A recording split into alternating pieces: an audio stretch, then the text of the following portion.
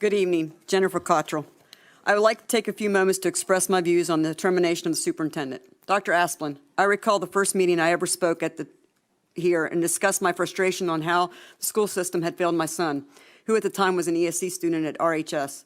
Immediately after I spoke, you sent several folks out to speak to me to try to get a better understanding of my issue.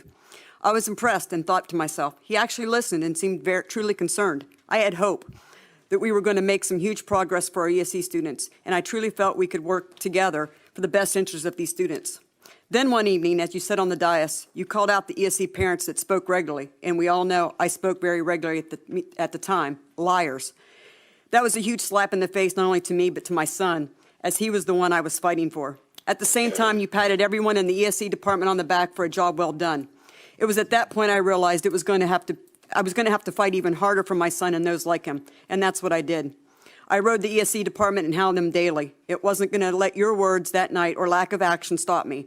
I eventually got an ESC focus group for parents and staff, and we put together a full report of suggestions that we felt would benefit not only the students but the staff.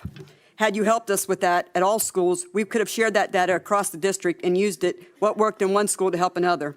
All it takes is listening to our students, parents, and staff to make progress and make a difference for all students, not just a select few. But it was easier for the district to just treat them as casualties and just focus on students that were easier to teach.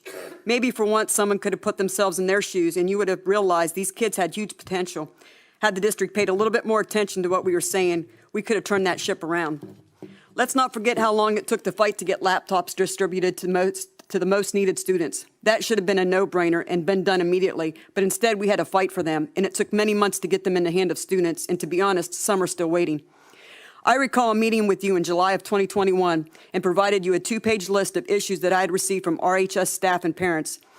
That seemed to fall on deaf ears. Bullying was a big issue and nothing was done. Still hasn't been dealt with. The seniors at RHS took matters into their own hands during their bullying university last month. They called the administration out in the middle of the assembly for not doing anything about the constant bullying.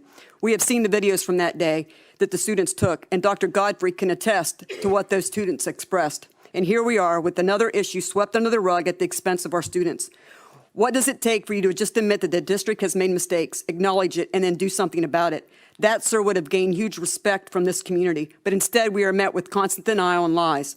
The only ones that suffer is our students. How many students do we need to sacrifice before something is done? For this reason, sir, it's time for someone to come in and run this district that truly has the best interest of the students, and you can take Mr. Edwards with you, sir.